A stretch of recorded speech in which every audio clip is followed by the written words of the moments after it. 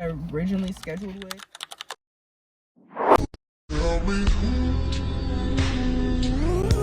Who's getting on my love? Who's getting on my love? Tell me who.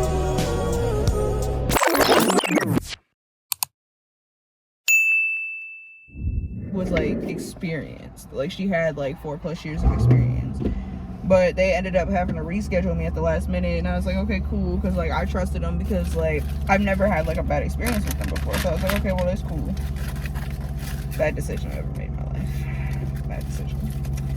But so I go through with this wax session, and the lady, like, off the bat is already like kind of awkward. Like, she's making it kind of like uncomfortable for me.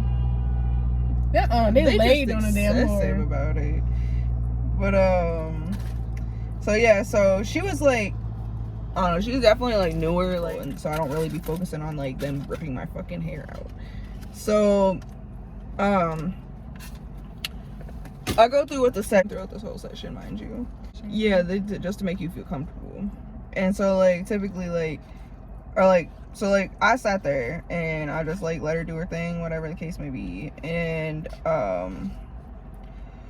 so we like start going on with the session, and then next thing you know, like she starts doing like this like different technique that like has never been done to me before, and like I could feel like the wax like lifting off my skin, like, because what the other lady had explained to me is that the technique that she did, she put her hand like on the wax to try and cool it down faster, to try and get the process going faster, which that's what I think had it happen too, is because she had rushed it.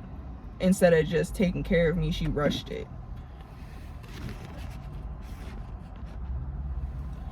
And so with that being said, I'm pretty sure when she had placed her hand down on the wax to like cool it off, she had placed it to where it like embedded in my skin, or like attached to my skin basically, because when she went to go rip it off and stuff like that, like I didn't feel anything at first initially, because I was already like numb kind of down there from like it already being like a process and stuff, because it takes like 15 minutes to do. And so at first I didn't feel anything, like, and I had gotten home, and like I usually check it out like when I get home, because I want to see what kind of job they do, because I want to see if they get it all, because I like when the ones that go with the tweezers and they be plucking and get it all, the little hairs, everything, like I want it to be bald, no hair whatsoever. Then I'll give you a tip, but if you don't do this shit, I don't tip them. So basically like, and she like, okay, and another thing with like her in the tweezing session, because afterwards she'll the like tweeze to get the like little hairs to get them out and stuff like that. Well, she tweezed, but her ass literally looked in my notes and seen, because in my notes you're not supposed to go after my ingrowns, because I've been known to raise up on people and damn near swing on them because they've picked at some ingrowns and plucked them without telling me. And so she looked intensely at my nose, so I know for a fact she's seen not to go for the ingrowns. This girl sitting here trying to, like, I could feel her pulling at the ingrowns. I jerk, like, make it and be like, I don't know about messing with that one, and I'd like say that, and she would like be like, oh, okay, and like she'd move on or whatever. And like after we finally finished with like the plucking and the twitching and the whole nine, and I was done with the session and stuff, and I was very uncomfortable with like the whole session. Like I was very uncomfortable, because I was like, for one, I don't like really find a new specialist anyways, because I'm sitting here spreading my legs open to random ass people. Like they're seeing my entire fucking coochie and booty hole, like all of it. And so I'm just like, that's why I typically try and stick with the person that I like I stick with them. Like I don't try and go out of my bounds, go out of my comfort zone when it comes to that, because I had gotten home and I had went through and like looked over the situation and stuff like that. I had noticed that there was like some blood, like there was like a piece of like open wound, basically. Like there was like an open wound down there. It was so small, I thought maybe she just had like popped an ingrown or something like that when she was going, because that has happened to me too before. Like they popped like something and like it has bled a little bit afterwards, but it stops. Well, I had let it go because I thought it was gonna stop, but it didn't. It was still like bleeding a little bit, and so like I kept like making sure the area was clean and stuff like that, and took care of it, put like the serum on, like made sure I washed it like every once in a while and stuff like that. Or not every once in a while, but like almost every time that I would like go to the bathroom and stuff like that. Like I'd make sure the area is clean. And so I had noticed that like I started getting like pain down there, and normally I don't get pain down there.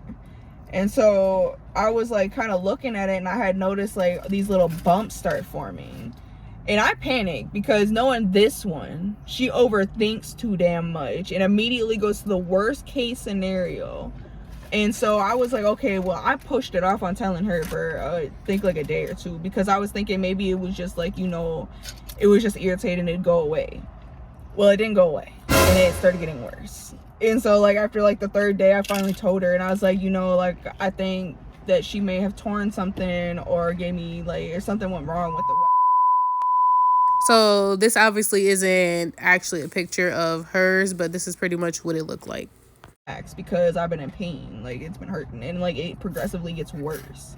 Like I started getting more and more bumps, and it started like it started like kind of oozing like some stuff, like some pus or whatever, like you know, like how infections ooze, like that infected like pus stuff or whatever. Yeah, that's what it was doing. And so I was like, yeah, this ain't right. Like it was to the point where I couldn't even sit up right properly to be comfortable enough because that shit was hurting.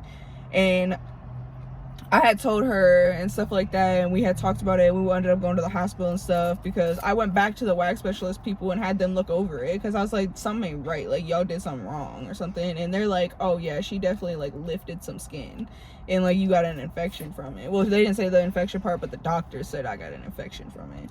But they had told me that she had definitely lifted some skin, and they're like, yeah, that's probably like the worst thing that could happen. And I was like, well, y'all did it for me, and thank you for that experience, because that shit hurt. It was a whole week worth of fucking pain.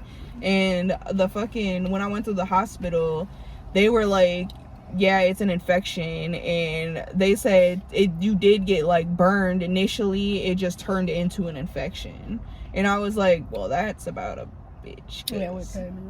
What? After she had left the dang hospital, then like because she had, you know, telling like your condition, your stomach condition, chronic vomiting syndrome, yeah, was triggered that, like the pain, I guess, from the infection triggered that.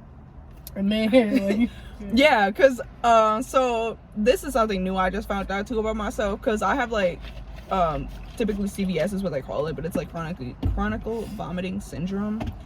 So it is triggered by if I have way too much alcohol and if I'm like in intense, like severe pain. And we didn't know that at first. No, we didn't, because I was like, what is going on? Because I just started throwing up and just got super sick. Like every 5 minutes. Yeah, like it was really bad. And like we like ended up, because she was like, yeah, no, I ain't doing this anymore. She ended up calling into work, taking me to the hospital, and they had treated me and stuff like that, gave me some nausea medication, and we ended up getting my stomach taken care of.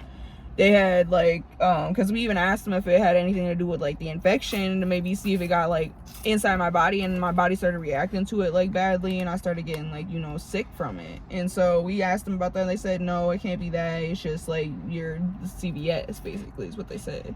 And I was like, well, damn. So I was in the hospital 2 days in a row, fucking for hours at end.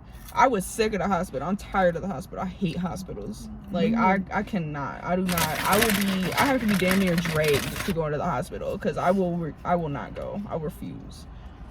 But so yeah. So tell me why this one thought I had an STD because of the bumps and stuff. Because she's like, nah, something ain't right. Is there something you need to tell me? Is there something you need to tell me? And I say no. This motherfucker, is there something you need to tell me? 10 minutes later, nah. Hold on. Because if y'all have seen the same thing I have seen, anybody would have thought that. When she had first went to the hospital, the lady who seen it thought that it was that. But then when she explained that she had just got a wax and stuff like that, then the lady was like, oh, okay, and stuff like that. So, it wasn't just me questioning you. That's actually what it looked like. Anybody would have thought that. And like not you catching the STD from like stepping out, obviously, but you know, you can get some type of, I don't know. I was thinking maybe you can, I don't know. Something was up, and I was trying to figure it out. Yeah, she always skeptical. But yeah, that's basically my story though. I got an infection from a wax. That shit was terrible. It was a week worth of pain. Never the fuck again. And then her ass was scaring me because she was like drained pale. Like she was not looking like herself. She was, and then I was like, I had to go to work the next morning. She was already planning on not going because she was throwing up and shit all night. But it had got to be like 3 a.m. and at that point I had probably slept a good like hour in total, because like literally it was like every 5 to 10 minutes she was throwing up and stuff like that. And then she had got up to go to like just lay in the bathroom. Yeah, because I felt bad because I felt her like waking up and stuff, and I was like, yeah, let me just go in the bathroom. Yeah, every time she would get up and throw up, like I would hear it and I would wake up. Yeah, she would immediately, and I was like, she's like, oh, not again. I was like, well, let me just go in the bathroom. I was like, yep, let's go ahead to this hospital. Yeah, but well, the story is, I don't know. This is why I don't get waxes. I was thinking about it at first, but this situation, I'm like, no, because like she said that the manager was saying like, yeah, like that's one of the things that's likely, like not likely, but that could happen. That's a possibility, and I don't want that possibility because obviously it ain't the odds ain't that low. So yeah, I'm good on that one. Well, I'll be seeing people do those things where like they'll be saying, oh, comment like a certain emoji at the end of their video, just to know that people made it to the end or whatever. So what emoji you want to do? You like the heart emoji. Like the fingers that make the heart. Comment the finger heart emoji. I don't know if y'all noticed. Y'all can tell who would be responding to what message. If there was a finger heart emoji, it was me. Yeah. Because I stay doing that. But yeah, so comment a finger heart emoji if y'all made it this far. Let us know your thoughts and comments down below. If y'all had any similar experiences and stuff like that. And yeah, we will see you guys next time. Bye.